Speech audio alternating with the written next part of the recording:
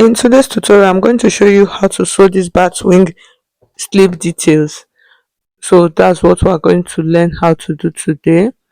And then with the bias binding, that if you take a look at it closely, that you use to finish it. So that's what I'll teach you how to do today.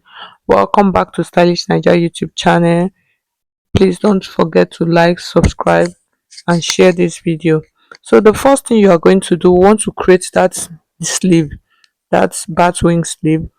So the first thing, you're going to measure where you want it to start from on your bust here and where you want it to end. So mine is around just beside the nipple point of my blouse. So I placed the tape and then took it all the way to the back. Okay, so I got about 14 inches thereabout. So now just watch how we are going to draft this. So my pattern paper is folded into two, so I'm going to measure the 14 inches on my pattern paper. So now what I'm trying to do, I'm just trying to create a curve, because if you notice that bat wing, it is not straight. You understand? That is, if some part of it is bigger, so that is what I did. So that part, like, created a curve, and then on that top part I mark about 5 inches, and then when I got to this down part I reduced it to 3 inches, so you can see. So at the end, this is what it is going to be looking like. So that part, you can see, is a little bit curved, and then that part is also curved. So the top part is 5 inches, while that down part is about 3 inches. So after everything, this is what I have. So the next thing, I want to transfer this to my fabric. So I want to cut this. I want it to cut it like 3 times what I have. So because you are going to be pleating it, if you don't cut it big, your pleats are not going to be much. Even me, I had that problem.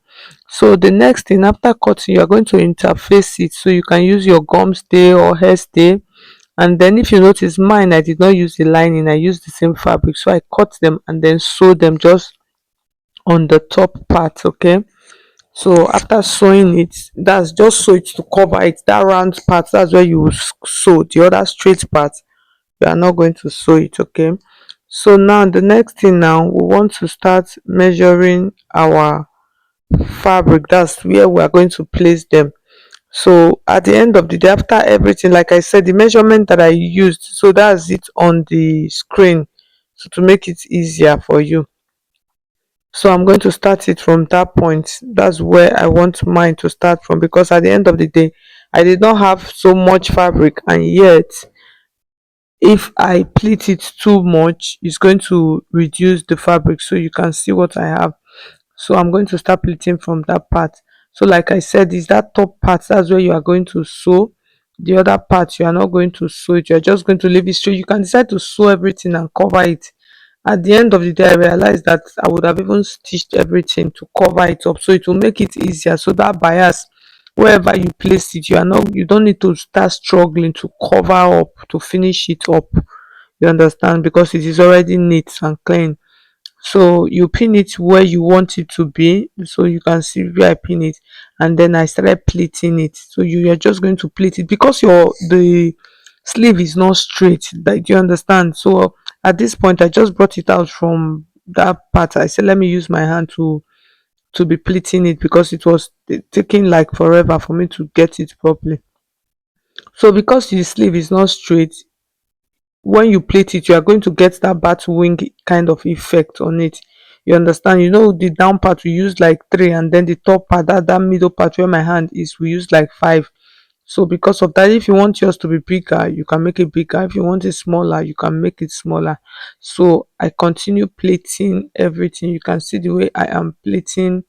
I just keep plating it like that until I'll get to the end, and then place it where exactly I want it to be.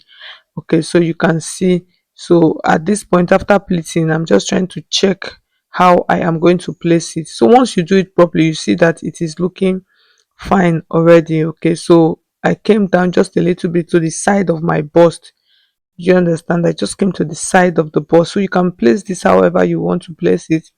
I came to the side of the bust, and then I pinned it. I like just like 2 inches from the dart of that bust. This is a princess dart, by the way. So and then I am just pleating it. So please, at this point, if you find this video helpful, please like this video, subscribe if you have not subscribed to my channel, support this channel. Okay, so you can see that my own, that one where my hand is, it was a little bit up. I had to remove it and redo it again. That's like I had to replate it again for it to come down. It was hanging. So yours, if you want it to run all the way, there are some of this that runs all the way to the entire length of the full top of the blouse, so just increase it. So like I said, mine, I used twice the measurement. Do you understand that I measured? So that's what I used. So after everything, you are going to take it to your machine and you are going to stitch it down. So that's the part I was telling you that next time you should finish it. Okay, so that part was what I was talking about, like sew it inside. It will make when placing this bias to be easier for you. Okay, so, or but if you want, you can still leave it the way I did my own. So now I'm just going to place it. So after pleating and pinning, it's easier. So you are just going to place it on that line, the areas where you marked, and then you are just going to start stitching it. Now if you notice, you see that the blouse, I did not sew the side. With this, it makes it easier for you to be able to place the sleeve, that's the sleeve, easily. Like you can see the way I placed it easily. So, and then after stitching it down, the next thing, I'm going to take my bias. So the reason for this bias now is to close up those stitch. So you are going to take it. So I tried as much as I can to zoom this as close as possible. So I'm going to take my bias. I'll just open up one part of the bias, and then I'm going to place it on top. That's, I'm going to sew it on one side and then turn it to the other side, so you can choose which part suits you best. You understand? So just check your own, but just follow all of the instructions the way I'm doing it, in order for you to be able to cover it properly. So you are going to stitch on one side and then you flip it to the other side. That is like bend it to the other side, and then stitch it down. Okay, so that's how it is done. So now what I'm trying to do now, I'm doing the stitch. That's like, if you see the one on this other side, my left side, you notice that I have finished that one.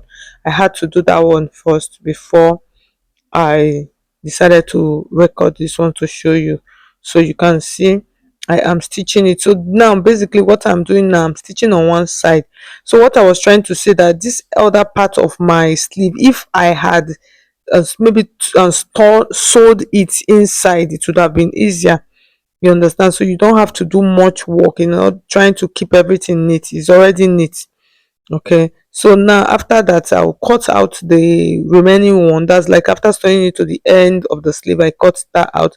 And down this part, I can see at this point I try to zoom so much, so I'll just bend the tip.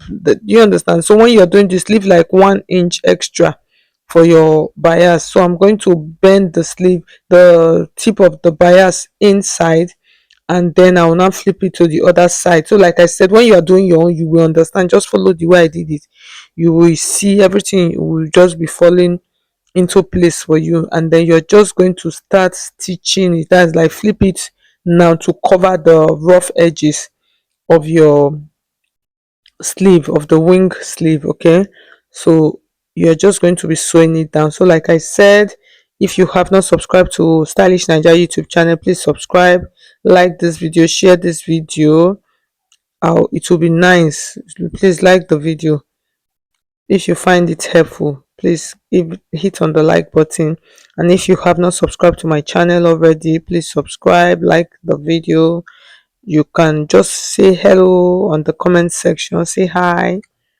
All right, so at this point, I just did not want to forward the video here. If not, I would have said let me just cut it and then just fly to the end. But for the sake of some people that are learning, so you can see the way I'm taking it, I'm doing it gently. That's the way you get a straight stitch. If not, you're not going to get a straight stitch. And if you know that this bias is going to be difficult, or you can use a ribbon. Ribbons are a little bit bigger, so it will be easier for you to actually manipulate it. Okay, but from the picture, the thumbnail picture, it was a bias that was used. So after that, I just turned it and then just brought it back and give it a good top stitch. So now I'm going to place this on my dress form so you can see it. It is looking beautiful, clean. So like I said, the fabric